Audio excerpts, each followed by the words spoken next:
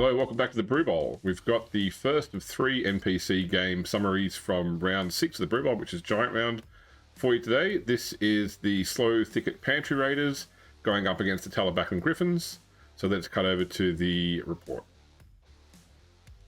So the Raiders win the coin toss and elect to start the game by kicking to their opponents. The ball goes too deep and crosses the back line, resulting in a touchback from which the Griffons give the ball to Oswald Clippell, their thrower. Chanting from the crowd invokes Nuffle and the locks on the trapdoors loosen. Griffons turn 1. The entire Griffons line rushes forward, though they avoid making premature contact with the Raiders line. Archibald Hecker takes a safe position behind the Giant and Seeger Hannawald before taking an easy pass from Oswald Clippell. Raiders turn 1. The Raiders Giant blitzes into the Griffons 1, assisted by Ashford Sharpthistle.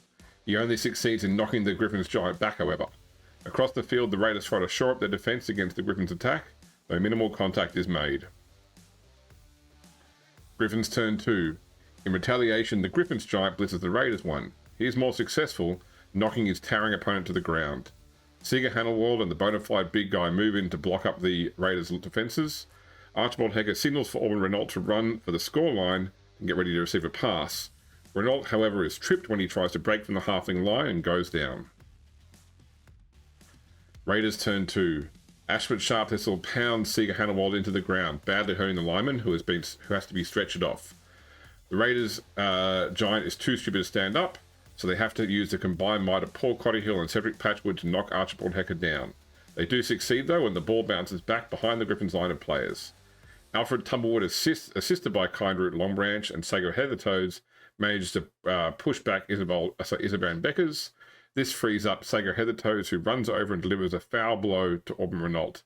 The foul is not successful, and Heathertoes is caught by the ref, getting himself sent off for the rest of the game. Griffons turn 3. Archibald Hecker stands up and blitzes Cedric Patchwood, knocking him down before moving to tie up Paul Cottyhill. Auburn Renault gets up and moves closer to the touchdown line, waiting to receive a pass.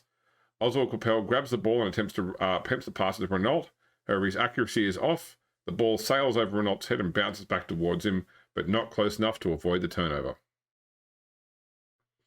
Raiders turn 3. Concerned about the loose blitzer, Alfred Tumblewood moves to mark him, while the Raiders Giant gets up and blitzes Renault. He pushes the blitzer back to the sideline, but further away from the ball.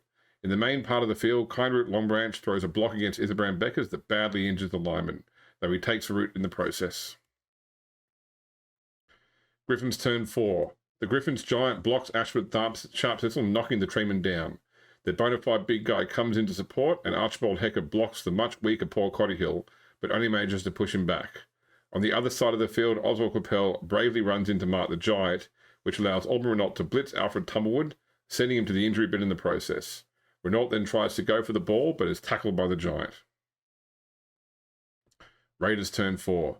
The Raiders Giant delivers a powerful blow to Oswald Clippell, but the thrower manages to avoid going down and is only pushed back. The Giant stays in place to keep his eyes on the football and the down blitzer. Back on the other side of the field, Cedric Patchwood takes a risky move of attempting to push Archibald Hecker into the crowd. The blitzer's strength causes the plan to come undone, and it's Patchwood that goes down, badly hurting himself and ensuring he won't see any more action this game. Griffons turn 5. The Griffons take the opportunity to do some more harm. Their Giant blocks Ashford Sharpthistle again, knocking him down once more. This gives Archibald Hecker the opportunity to push Paul Cottyhill over the sideline. Cottyhill manages to avoid any significant injury and returns to his team's dugout. The Griffons move Oswald Clippell back into contact with the Raiders Giant and begins to move the bona fide big guy over to potentially blitz the Giant on the next drive. Raiders turn 5. Ashford Sharpthistle attempts to stand, but is able to do so without assistance. The Raiders Giant blocks Oswald Clippell and knocks him back onto the trapdoor, which gives way, sending the thrower disappearing out of sight. He emerges later in the Griffons' dugout. Griffons turn 6. With no one left to support the bona fide big guy, the Griffons instead have their own Giant run across the field and block the Raiders Giant. This knocks the Raiders Giant back onto the football, which goes over the sideline and is thrown back in by the crowd, laying near Archibald Hecker. With only one chance to score, Auburn Renault stands up and sprints for the end zone, hoping to catch a pass from Hecker. He trips at the last moment and ends the Griffons' chance of a first half touchdown. Raiders turn 6. With Ashford Sharpthistle once again failing to stand up and Kindroot Longbranch still rooted in place, All that is left for the Raiders to do is have their giant blitz the Griffins' merc. He knocks a powerful player down, stunning him in the process. The halftime whistle blows with both teams headed for the change room scoreless. On to the second half. At the start of the second half, the Griffins kick off to the Raiders. The ball lands in the midfield and the Griffins get a chance to blitz. Archibald Hecker moves under the ball while the Griffins' own giant charges across the field and smashes Paul Cottyhill, who was standing between Kindred Longbranch and the Raiders giant. The powerful blow sends the catcher to the injury box where he will sit out the rest of the game. Raiders turn 7. The Raiders giant blocks the Griffins 1 with assistance from Kindred Longbranch. The Griffins giant goes down, though he is not injured. Ashford Sharp Thistle blitzes Archibald Hecker, knocking him down with a blow which at first appears fatal. The Griffins apothecary goes to work and the blitzer is saved, though he won't be able to return to the field just yet. The loose ball remains on the field as Otto Donningham and Bertha Zambagamba move in to mark Rudolph Lowe. Ruby Galsby moves around the Giants Griffin and attempts a well-assisted foul, but cannot break the beast's armour. Griffins turn 7. The Griffins' merc, originally directed to blitz Rudy Galsby, instead stands dumbfounded on the Griffins' line. The other players move in to mark the football and the remaining Raiders players. Rudolph Lowe manages to block Bertha Zaragamba, knocking the halfling down. The ball remains on the ground, surrounded by players from both teams. Raiders turn 8. Ruby Galsby breaks away from the Griffins giant, and runs downfield to become a scoring threat. The Raiders giant blocks the Griffins giant, pushing him back. The movement on the field causes the ball to bounce around, and in the end, Otto Donningham is able to get around and grab the ball, throwing a pass to Galsby. The throw is poor, though, and the ball lands beside the Griffins mercenary. Griffins turn 8. Rather than going for the ball, the bona fide big guy instead blitzes Rudy Galsby. The halfling goes down badly hurt, and yet another player joins the injury box for the Raiders. Oswald Capel tries to make a break for the line to go for the ball, but he is tackled and goes down hard, stunning himself. Raiders turn 9. The Raiders giant blocks Kai Homan, knocking him down and stunning him. This gives Ashford Sharp Thistle an opportunity to throw Otto Donningham towards the ball. The throw is incredible and Donningham lands with ease. He gathers up the ball despite it being marked by the merc and makes a run downfield. He hasn't got the wind in the score, but he sprints away, hoping to get out of the big guy's blitzing range. Unfortunately, Donningham puts a foot wrong and goes down, the ball coming loose. Griffins turn 9. Auburn Renault dodges away from the treatment and gathers the ball deep in the Griffins' own half. Rudolph Loeb blocks Bertha Zaragamba, stunning the poor halfling. The bona fide big guy moves down and kicks Otto Donningham on the ground, seriously injuring the lineman, putting him out for the rest of this game and the next. Raiders turn 10. Ashford Sharp Thistle goes to move towards Rudolph Lowe, but instead takes root.